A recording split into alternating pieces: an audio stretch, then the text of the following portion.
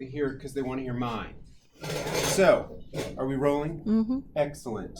So, what I have here is slabs. All of the clay I'm using is from the bag clay, the box, the bag. That stuff has been vacuum pugged and de-aired, so the air has been sucked out of it. It's also been aged a little bit. Your aged clay is more plastic, more bendable. So, this came out of your slab roller about an hour ago on the smallest setting on that one. You could make this one to any setting you want. So this is roughly 1/4 inch. Then I'm using a rolling pin to thin this out a little bit because it doesn't really need to be quite this thick, which is probably almost 3/8. So we have our slab ready and it's a little bit drier. This is our goal. Can you stop your talking? Thank you. Thank you. This is our goal. An extruded cup with an extruded handle. This is kind of my go-to when someone's like, hey, can you make 25 cups for the governor of Colorado? This is my go-to, so then I can focus on decorating. So these come out in a convenient tube. This tube was made about an hour ago. Then what I use here, I have a few of these. The wires break. You got to be careful with these, and you don't want to leave them out. They're in the scissor. There's one left in the scissor drawer. Then you can decide how you cut these. I put my finger in here and press against it so that I get a clean edge. So whatever came out of the extruder now has a clean edge. Then I kind of tap it a little bit. So I'm basically cleaning up this cylinder. And I'm figuring out how to get the most volume by taking off the least. And then I typically will just kind of flatten each side and then kind of decide which way it looks. This one's particularly straight, but they don't have to be. So as they come out, they do start to curve a little bit.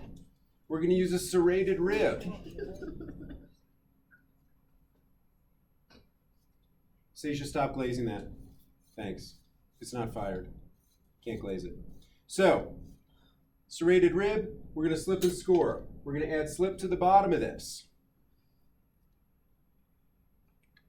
We're going to add it onto our slab, kind of press down a bit. Then we're going to basically cut this piece off. We're going to press this on there. Get that pretty secure. Then cut around this slab. So you can decide what your steps look like. But I'm always going through the steps that I do that I feel like have worked for me and that have kind of streamlined this process. I'm not saying you have to go fast. I'm not saying you have to make tons of these. But what we're looking for is, even with something that came out as a cylinder and extruded handles, you're still going to want to make a lot to distill down to your 4 at the exemplary level. So you're still going to figure out, what am I adding to make these consistent? I'm going to kind of roll this so that I get a little bit of a shadow. Then I'm going to tap the bottom so that the bottom doesn't bow out and have the cup actually roll around. I'm going to run my finger around this edge to clean up this edge a little bit. Then I'm using one of these glaze brushes that's a little bit fluffier to kind of get into this bottom part and press that corner in a little bit so it seals up. So we're pressing into that corner. Get that extra slip out of there. We have our negative space. So we put this aside. That's kind of the starting point. So if you guys look over here, if you could stand up so you can see, maybe bring the video with me. So we're going to start here.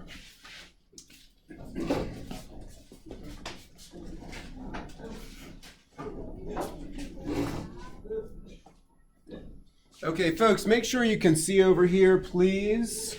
Maybe, whoops, sorry. Stand right there, you're good. Careful, yeah, right there's good. Folks, have a look over here. So our extruder is ready.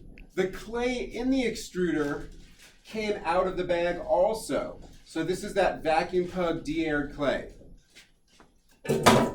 So I kind of like the lower stool. So as you pull on this, your handle is going to come out of here And then this becomes the handle. It is a big handle, Matt. So, you can decide, you can dial this into what size handles depending on the cup. I pretty much settled on this one. Can you get off that phone? Thanks. I've settled on this one. This is the size I like for this size cylinder. So, this cylinder,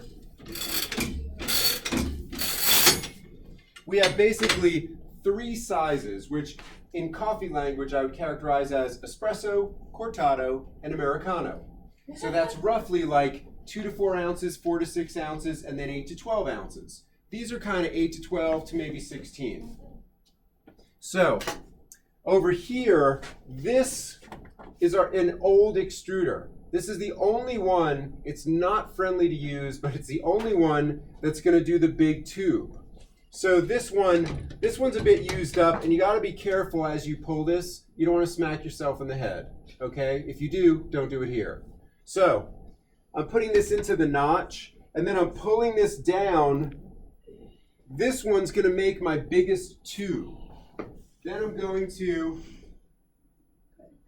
use a nice wire and basically go around this. Now I've got my cup. So this one is a nuisance to load up. Like it's an absolute nightmare, which is why we have these. These are wonderful. These do really well with smaller cups, and it kind of looks like this. So this fits in here, and then you've got your cup. So for example, and I'm trying to just get this all in my video so people who aren't here. So this is a decent sized cup.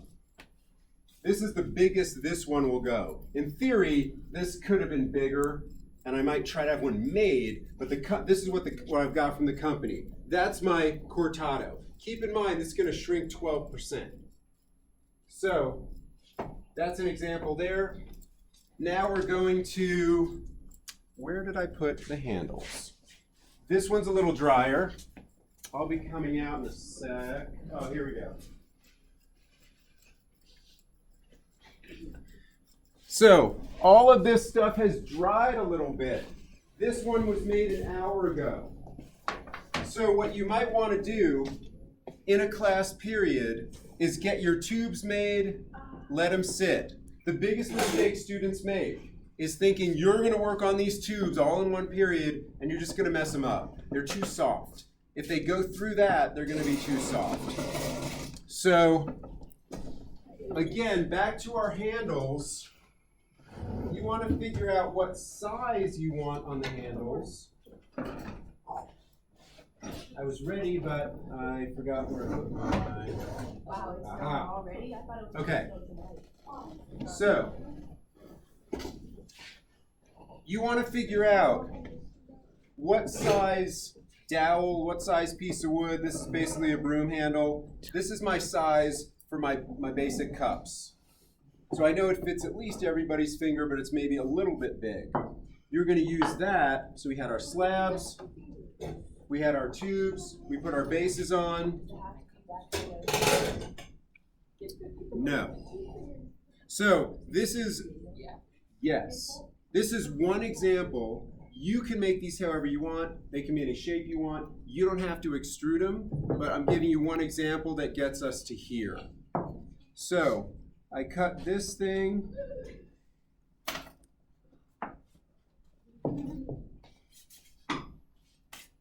Then I'm going to score here. And again, what I do, that's a good question about being creative, is I keep these pretty similar, then I'm creative within my designs. So I'm going to roll this around, and I like to roll this on here so I get a nice round handle. Then I'm going to cut this so it kind of fits into there.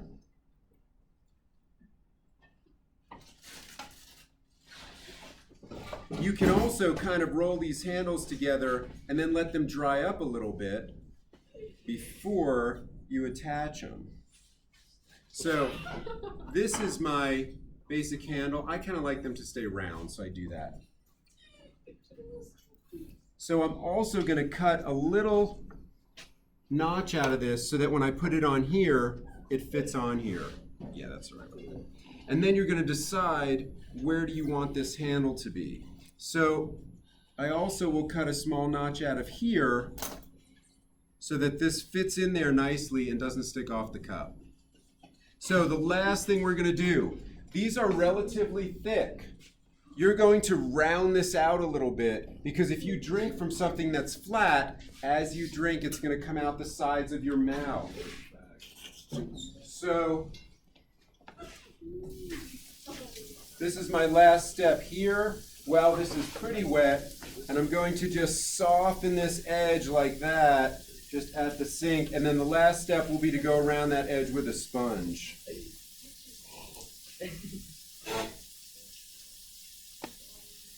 So we're doing that. When that's ready, it's going to look like our cup over here, and that'll kind of conclude what I'm talking about. So that's an edge that we want touching our lips that will be a bit softer. Okay, thank you. Cut it.